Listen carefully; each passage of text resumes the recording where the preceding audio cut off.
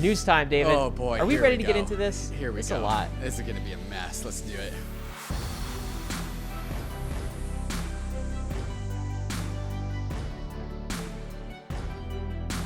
What do we even talk about? What do we even call this? How do we even start? This is like would you call this a DeFi scandal? Yes, I think I would. DeFi hubbub. But it's scandals layered on top of scandals. Okay, So we're invoking an older scandal because it's coming relevant again to talk about this DeFi scandal. Okay, let's set the stage a little bit. We have to talk about Dani Sestagalli, Dani Sesta on Twitter, who is a DeFi builder, very talented DeFi builder as well. Some people have compared him to like Andre Cronje. He's like the Andre Cronje of 2022. Right. Andre, of course, built YFI, tons of fantastic protocols in 2020, and I guess that's some background on him. He's got the guy behind Magic Internet Money, Wonderland, Time, Spell, like all Abracadabra, all this like DeFi mafia. He's got quite a following too. Big following. So like, Big how would following. you describe like the tone and tenor of how Dani operates on Twitter and kind of messaging, that sort of thing? Very, very populist. His following is very aggressive, of which I personally discovered. Accidentally. You've been on the brunt end of that. I've been on the right? brunt end of this. As yes, have I. indeed. Yeah. It's a very like working for the people, Yes. anti-suits. Right. I work for you kind of big frog mentality. army leader. I think in his like Twitter bio he's like CFO, COO, something Of the Frog Army? something C of Frog the Frog Nation? Army, yeah, of the Frog Nation. And so like very much like a 4chan populist type.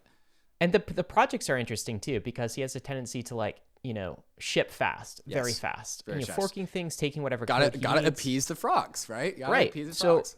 Abracadabra, and he's made a lot of people a lot of money, Yes, I would say, yes. is some of the context. Like Right. token price has gone up. Abracadabra.money is a maker fork, actually, that takes some of the guardrails off of Maker, I would say, makes it a little bit more risky, a little Yes. bit more, some people Takes say, the interesting. conservatism out of MakerDAO, yeah. Yes, and Wonderland is a more recent project. The Time token is part of that. It's kind of an Olympus fork, and that's on Avalanche. Okay, so that's Dani. That's who he is. We got a first revelation this week, and this is, Twitter confirmed, so it's somewhat unconfirmed, but, Right. It seems like it could be the case. Right. What was this first revelation, David? Yeah, so in the bear market, a lot of the quote-unquote bear market, especially in the last week, a lot of his projects are based on collateral and collateralization. And when the value of collateral goes down, bad things happen. And so there's been a thread from Jack Niewold that like I don't follow his projects too closely, and that's why I got the brunt of the Frog Army. But like we'll go ahead and read this thread. Time is the largest own fork by market cap, Olympus DAO fork by market cap. Ryan, if you just scroll down. And has been used as a playground by Danielle, I think is how Dani, VC's ambitions and more creative ideas. It's offered 5-figure APYs to stakers, but now, as a result of the price crash, is trading at below its treasury value. Abracadabra Money, which is the Spell token, is a lending platform that lets users take out positions against crypto collateral and yield-generating positions. This allows users to take out loans that pay themselves off. These loans charge interest and get liquidated, and fees go to the Spell holders. Dani and other team members have also taken out loans against their wrapped memo, one of the tokens, using Spell, meaning they can cash out without actually selling. So using their tokens as collateral to borrow against, so they don't actually sell their tokens, but they can get the value out of them. But if those positions get liquidated, they have all the money, and it's basically forced selling. Like they didn't press the sell button, but somebody did. And so people talked about how this strategy would be perhaps exposed or liquidated if the value of these collaterals went down too much. So they borrow all the money that they can against it, and if it goes down, then everything gets liquidated, and like that you have a cascading liquidation. So this strategy was talked about on Twitter, causing Time to crash below the value of the assets in the treasury, possibly triggering a liquidation event. Buybacks were supposed to be in place to keep the token price at the treasury value no matter what. But this didn't happen, and the devs were silent, leading to accusations of a soft rug. Dani locked his Twitter account during all this drama, but fired back with an admission that Time buybacks were not working as expected, and a plan to fix Time and bolster Spell came out simultaneously. And so that was kind of like the start of this whole thing. And what is this idea of a soft rug? That's an interesting term. What do you think that means? Yeah, that's just talking about how like he's not like capitulating his own assets. He's just putting his assets into a collateralized position, borrowing as much money as possible on that. And then if the value of those things go down and then there is a liquidation event, like it doesn't matter because he borrowed all the money anyways. So it's like a roundabout way to exit without actually pressing the sell button. I got it. And that's the charge. Again, somewhat unconfirmed. And that was just the first part of it. And if that alone happened, we probably wouldn't be talking about it right now. But something was added to that, which is the second revelation. And this is going to take This is unrelated, bit to explain. actually. So same person, same projects, but a completely different bit of drama going on. Okay, with so this. what is this bit of drama? Because it is unrelated, but it's kind of related to the entire scandal story. Actually, before we get into that, it is TBD about whether Dani and some of the other big leaders of the projects were doing the soft rug. That is an accusation. They also could be using that same money to to bolster the time price. That is what I think Dani has stated he was intending to do with that in order to prevent a cascading liquidation. So like this is still kind of unraveling. And we're still kind of figuring this out. But in the meantime, there is a bunch of other drama that came about. So are we ready to go into this? Yeah, let's go into this. And there's some backstory here. So I guess maybe the high level is that a former Quadriga co-founder just emerged, and apparently he's been the right-hand person of Dani, managing a lot of the money behind the time treasuries. And on the this multi-sig. individual, on the multi-sig. yes, on the multi-sig, this individual, Michael Patryn, has an incredibly shady past. How should we best explain this? Like, who is Michael Patryn? What is this shady past? What is Quadriga? Do you want to tell some of the story here, David? Yeah, well, Michael Patryn has been off the radar, off the grid for a very long time. But this individual, Zach XBT, tweeted out private DMs in Telegram with Dani. And he says to Dani, I came across something rather odd about 0xSifu, which is one of the multi-sig signers on the projects. And he goes, I've discovered something about Sifu. And Dani goes, what's up? And Zach XBT says, well, he's the Quadriga guy. The Quadriga guy that was a convicted felon for identity fraud and has been off the grid for a while. And Dani goes, I cannot confirm, but I have thought a lot about that. And he responds, dangerous to be working with him, sir. And that's one tweet. And that's basically that. And so he tweets out, this needs to be shared. 0xSifu is the co-founder of QuadrigaCX, Michael Patryn. If you are unfamiliar with that, it's the Canadian exchange that collapsed in 2019 after founder Gerald Cotten disappeared with $169 million. I've confirmed with Dani over messages. And so this is a really big deal because this is an individual with a very shady past and is discovered to be a multi-sig signer on this DeFi protocol on Avalanche that has a ton of TVL.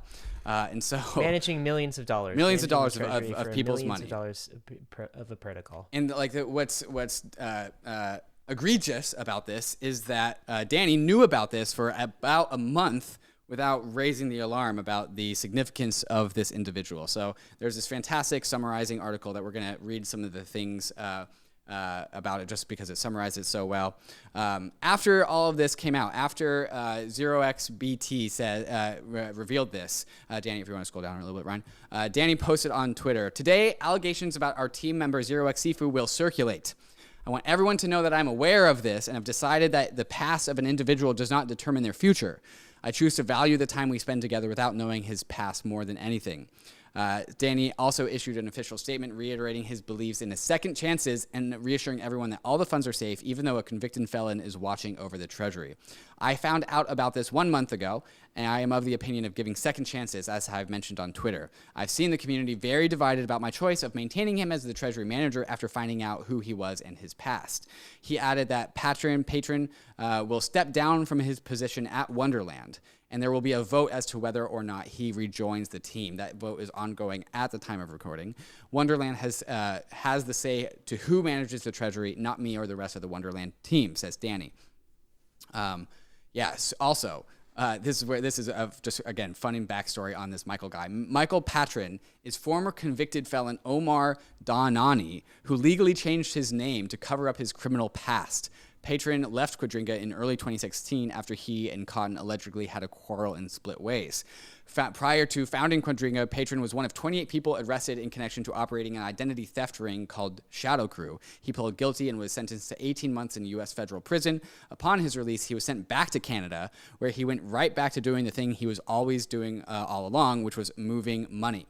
And so that's kind of the story. The take at the very bottom of this article has a take of on this individual. He says, Patryn is a one-trick pony. He's not clever enough to reinvent himself, and his hubris makes it impossible for him to simply disappear and go quiet and enjoy a life somewhere. Kind of pointing at he's like a serial shenaniganizer. Okay, all right. That's so I wonder if just to follow this, large DeFi protocol managing lots of money with a very esteemed builder, DeFi builder in the community, Dani. The community finds out that the person that Dani set in charge of the multi-sigs and this community treasury is a convicted felon, super shady individual. Nefarious individual, yeah. Nefarious individual, probably many in the community would say should not be trusted with money. And furthermore, that Dani knew about this for a month, didn't disclose this to the community.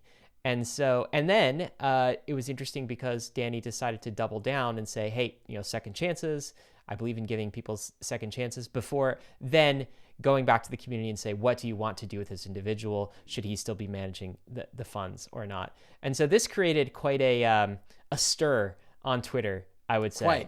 Quite. Back and forth. Quite the stir. People were disappointed with Dani about the lack of transparency, disappointed with the project and some of the statements.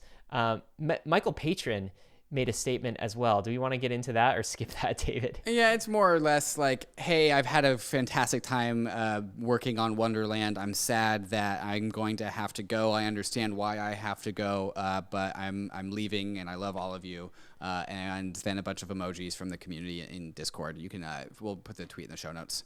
Yeah, so here I guess some takes that I have early on. First of all, we reached out to Dani actually, and he's going to come on the podcast, I think, hopefully next week and talk about this. So give him a chance to kind of explain his actions. I've given him my Calendly link before, and he hasn't clicked on it. Hopefully he comes on the pod. Fingers crossed. Yes. That's what he publicly committed to. So Dani, we are very fair and rational individuals. So we can do this. Yes. We can do this. At least David is. I'm not so much. But takeaways for me, this is a very bad look for DeFi. This is kind of the fodder that Elizabeth Warren wants to bring to a Senate committee. Like if she found out about this, right? So you've got a convicted felon managing millions of dollars of investors' capital without them knowing about it. Oh, what's her answer to that? Regulation, more regulation in the space. So one take from me is hey guys, sorry to cut you off. This is a shadowy super coder. Yeah, that's who this is. Literally, this is oh yeah. I told you so. Yeah. And we'd have to say, okay, Elizabeth, in this specific case, you were right. Right. And here's the take, I guess. If we don't regulate ourselves, they'll regulate us. Yeah. Okay. And I think this is why the original poster for this was Zach XBT. Is doing God's work in surfacing this, taking and a big risk on this, because taking a risk. Yeah, because the Frog Army is not something that you want to mess with, and this is I'm sure he's gotten threats, David. I'm sure he's gotten threats. I'm sure he's getting people in his DMs. I'm sure it's even legal threats, all sorts of things. But an individual whistleblower shedding a light on this is more of what DeFi needs in order to keep itself clean. Yes, Zach. XBT. Nice job. Well done. Nice job. Thanks for having the courage to surface this. And I guess my last takeaway on this is just in general, we have to be very careful of trusting people in DeFi. Okay. It's like trusting people in crypto in general, or especially it's a red flag for me whenever someone asks you to trust them. Okay. Like the takeaway here is never trust anyone in crypto that demands that you trust them. And people who are continuously saying, No, it's fine. Like, I've got the multi-sigs. Just like trust me. Right.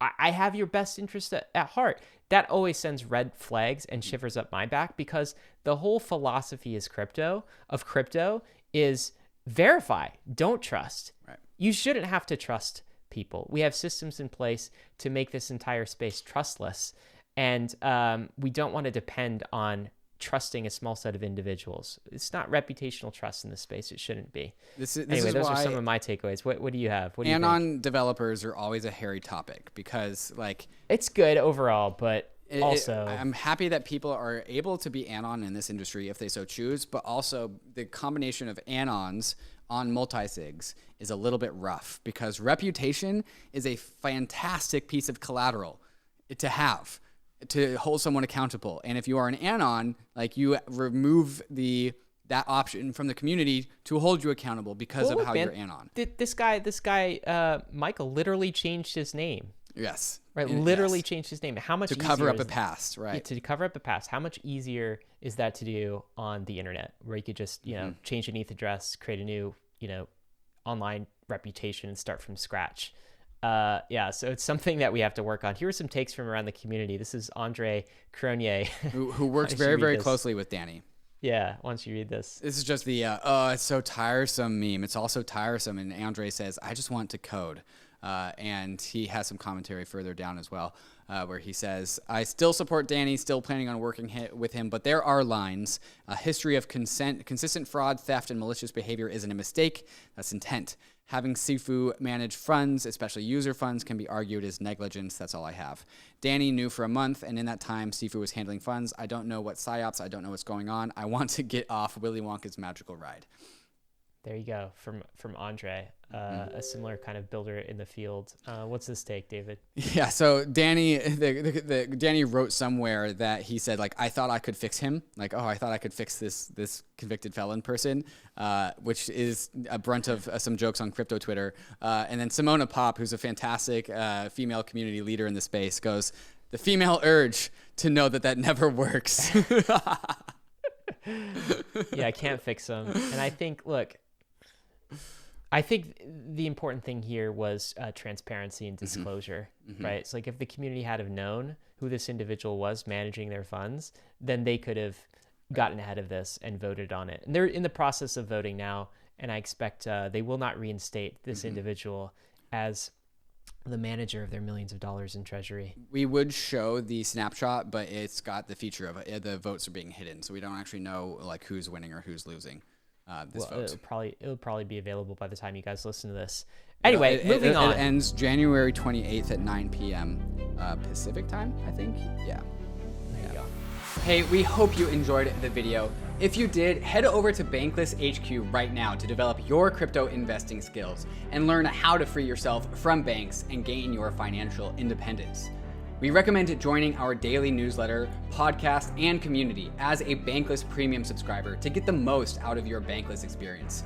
You'll get access to our market analysis, our alpha leaks, and exclusive content, and even the Bankless token for airdrops, raffles, and unlocks. If you're interested in crypto, the Bankless community is where you want to be. Click the link in the description to become a Bankless Premium subscriber today.